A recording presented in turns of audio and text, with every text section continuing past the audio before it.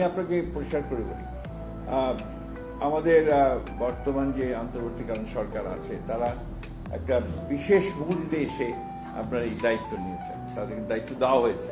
এই কথা বললে অস্বীকার হবে যে আমরাই দায়িত্ব দিয়েছি, এবং রাজনৈতিক দিক থেকে তাদের অভিজ্ঞতা কিন্তু যথেষ্ট নয়, এবং তারা নিজ নিজ ক্ষেত্রে তারা সবাই একজন অত্যন্ত অভিজ্ঞ মানুষ বা পণ্ডিত লোক, উইজডম সব আছে। পলিটিক্যাল উইজডম যে পুরোপুরি আছে সে কথা বলা যাবে না, but at the same time they have got the sincerity, তাদের আন্তরিকতার অভাব আছে বলে আমার কাছে মনে হয় না।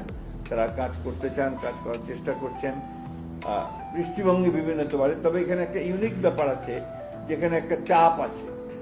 চাপটা হচ্ছে যে আপনারা জানেন যে এখানে নতুন নতুন রাজনৈতিক চিন্তা ভাবনার সৃষ্টি হচ্ছে, নতুন নতুন রাজনৈতিক চিন্তা আনার চেষ্টা করা হচ্ছে, যেগুলোকে আপনার চ্যালেঞ্জগুলোকে মোকাবেলা করে একটা জায়গায় নিয়ে আসা, এটাও একটা বড় আপনার চ্যালেঞ্জিং জব। কিন্তু সেই ক্ষেত্রে আমি মনে করি যে আপনার এই একটা সুযোগ তৈরি হয়েছে দুই নেতার মধ্যে দিয়ে, সবার মধ্যে দিয়ে, সেটা একটা বড় একটা সমাধান হয়ে যেতে পারে আর কি, সেগুলো সমাধান হতে পারে।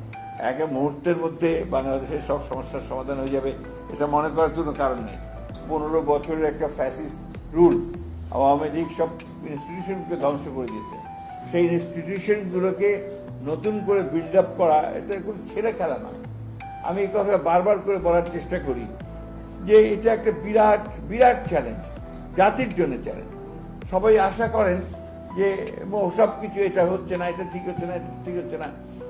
এত সোজা একটা রাষ্ট্রকে, একটা যন্ত্রকে আপনার একেবারে ধ্বংস করে ফেলা হয়েছে।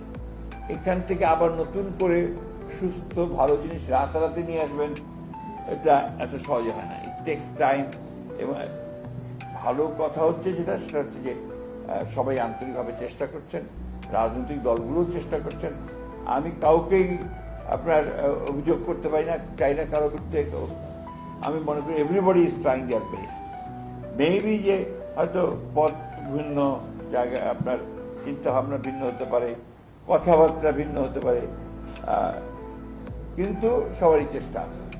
আর আমি মনে করি যে আমাদের এখন এই সময়টা আপনার এই যে আপনার গণতন্ত্রের উত্তরণের যে কালটা, ট্রানজিশনটা, এটাতে সকলের আমাদের খুব দায়িত্বশীল হওয়া উচিত।